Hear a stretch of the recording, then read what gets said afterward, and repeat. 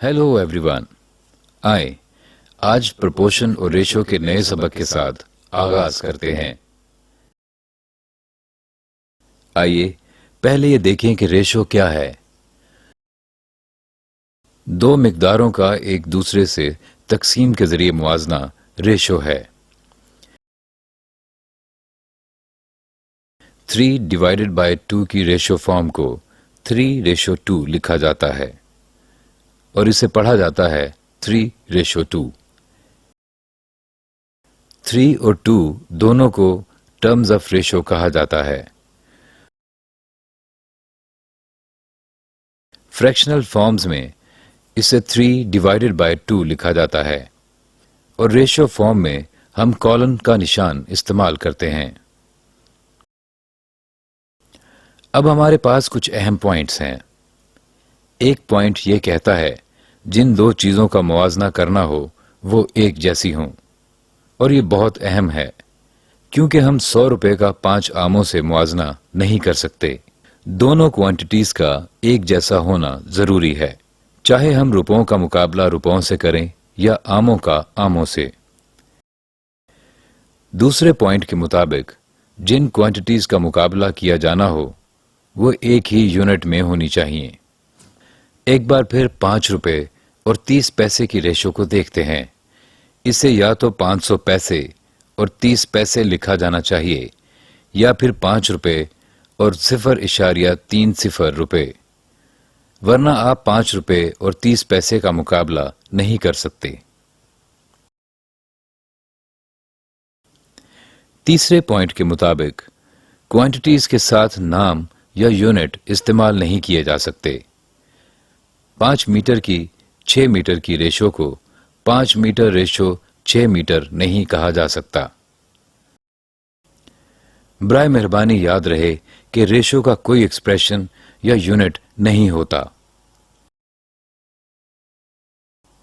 हम बुनियादी तौर पर दो चीजों का मुकाबला कर रहे हैं, लिहाजा जब आप दो चीजों का मुकाबला करते हैं तो इनका यूनिट नहीं कहते।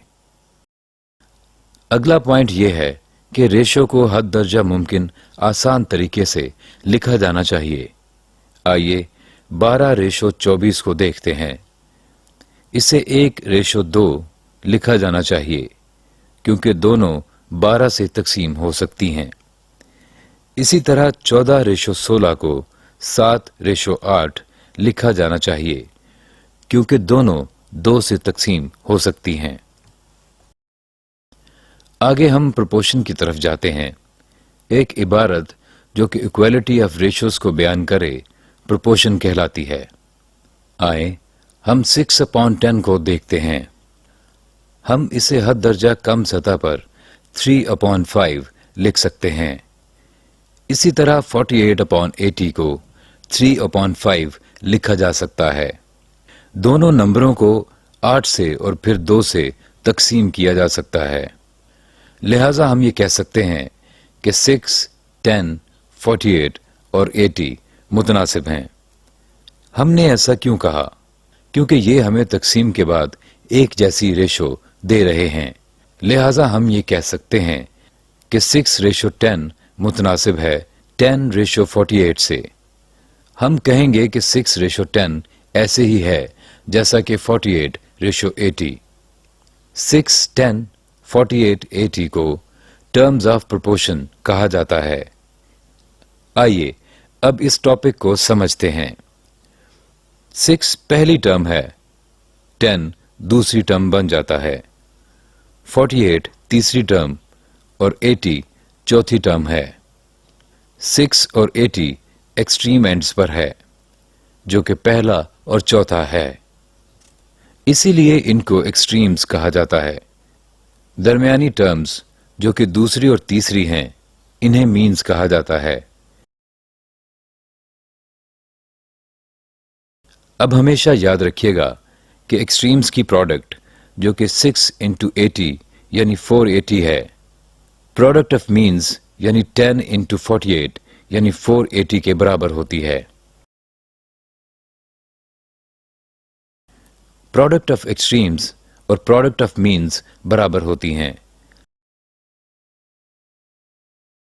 اگر ایک ایسا معاملہ ہو جس میں 4 نمبر ہوں اور وہ ایک ہی تناسب میں ہوں تو پروڈکٹ آف ایکسٹریمز اور پروڈکٹ آف مینز برابر ہوگا۔ ہم اسی طریقے سے یہ جاننے کی کوشش کرتے ہیں کہ آیا 4 نمبر ایک دوسرے کے متناسب ہیں یا نہیں۔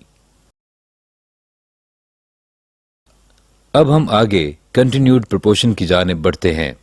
اگر 3 نمبر A، B اور C ایک تناسب میں ہوں تو ہم اسے ایسا کہیں گے کہ A/B B/C کی پروپورشن ہے، پھر A B C continued proportion میں ہیں۔ مثال کے طور پر نمبرز 2، 10 اور 50 ہیں۔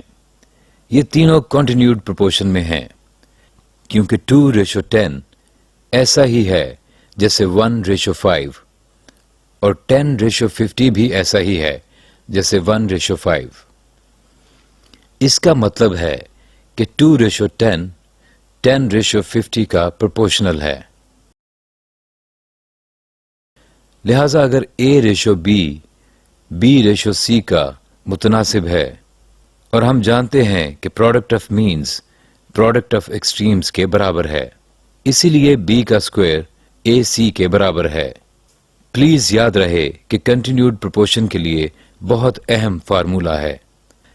پروڈکٹ آف مینز B² اور پروڈکٹ آف ایکسٹریمز AC بن جاتا ہے اور یہ ہمیشہ برابر ہوگا۔